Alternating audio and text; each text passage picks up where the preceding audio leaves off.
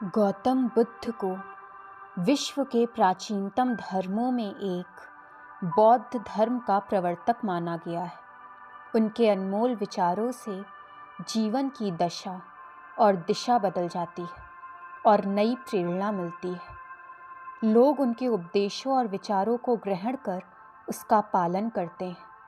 लेकिन गौतम बुद्ध के कई विचारों में एक है 4 पति पत्नी होने से जुड़े विचार, जिसे जानकर आप चकित रह जाएंगे।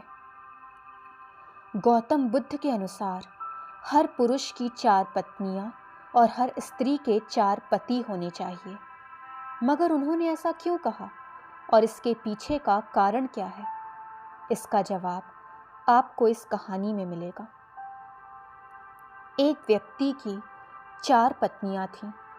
उस दौर में पुरुषों को एक से अधिक पत्नियां रखने का अधिकार प्राप्त था। व्यक्ति का जीवन अपनी पत्नियों के साथ अच्छा चल रहा था, लेकिन कुछ समय बाद व्यक्ति शारीरिक परेशानियों से घिर गया और बहुत बीमार पड़ गया। बीमारी इतनी जटिल थी कि ठीक होने के बजाय दिन ब दिन उसकी हालत खराब होती जा रही थी। अपनी हालत देख व्यक्ति को यह समझ आ गया था कि उसकी मृत्यु का समय नज़दीक है। इस बात से वो उदास रहने लगा। एक दिन उसने अपनी पहली पत्नी से कहा, प्रिय, मेरी मृत्यु नज़दीक है। मैं जल्द ही अपने शरीर का त्याग कर संसार से विदा हो जाऊंगा, लेकिन मैं अकेले नहीं जाना चाहता। मैंने हमेशा तुमसे प्रेम किया है और आज भी करता हूँ। क्या तुम मेरी मृत्यु के बाद मेरे साथ चलोगी? ये सुनते ही पत्नी खामोश हो गई और अंत में उसने हिम्मत जुटाते हुए पति से कहा, मैं जानती हूँ कि आप मुझसे बहुत प्रेम करते हैं और मैं भी आपसे उतना ही प्रेम करती हूँ, लेकिन आपकी मृत्यु के साथ हमारे अलग होने का भी समय आ गया। ये कहते हुए पहली पत्नी ने मृत्यु के बाद उसके साथ चलने से इनकार कर दिया। इसके बाद व्यक्ति अपनी दूसरी पत्नी के पास जाकर उससे भी यही प्रश्न करता है, क्या तुम मृत्यु के बाद मेरे साथ चलोगी? जवाब में दूसरी पत्नी कहती है, जब आपकी पहली पत्नी ने ही आपके साथ जाने से इनकार कर दिया, तो मैं आपके साथ कैसे जा सकती हूँ? ये कहते हुए वो भी उसके पास से चली जाती है। व्यक्ति की मौत अब बेहद करीब आ जाती है और वो मृत्यु के बाद अकेले होने के कारण उदास मन से तीसरी पत्नी को बुलाकर भी यही प्रश्न करता है। तीसरी पत्नी भी मृत्यु के बाद उसके साथ जाने से इनकार कर देती है।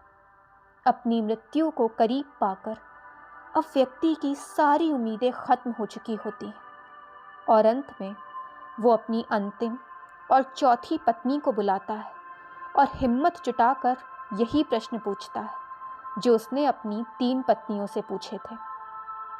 व्यक्ति कहता है, मैं मरने के बाद जहाँ भी जाऊँगा, क्या तुम भी मेरे साथ वहाँ चलोगी? तब चौथी पत्नी कहती है, स्वामी, मैं आपके साथ ज़रूर चलूँगी।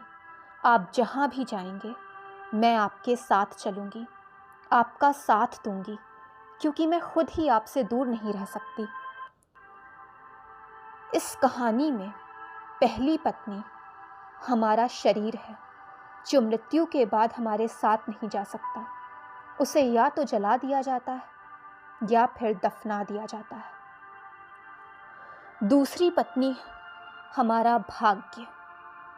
मृत्यु के बाद हमारा भाग्य भी हमारा साथ छोड़ देता है। तीसरी पत्नी का संबंध रिश्तों से है। मृत्यु के बाद सभी रिश्ते नाते यहीं छूट जाते हैं। हम चाह कर भी उन्हें अपने साथ नहीं ले जा सकते। इस कहानी में चौथी पत्नी जो हमारे साथ जाती है, इसका संबंध हमारे कर्मों से है।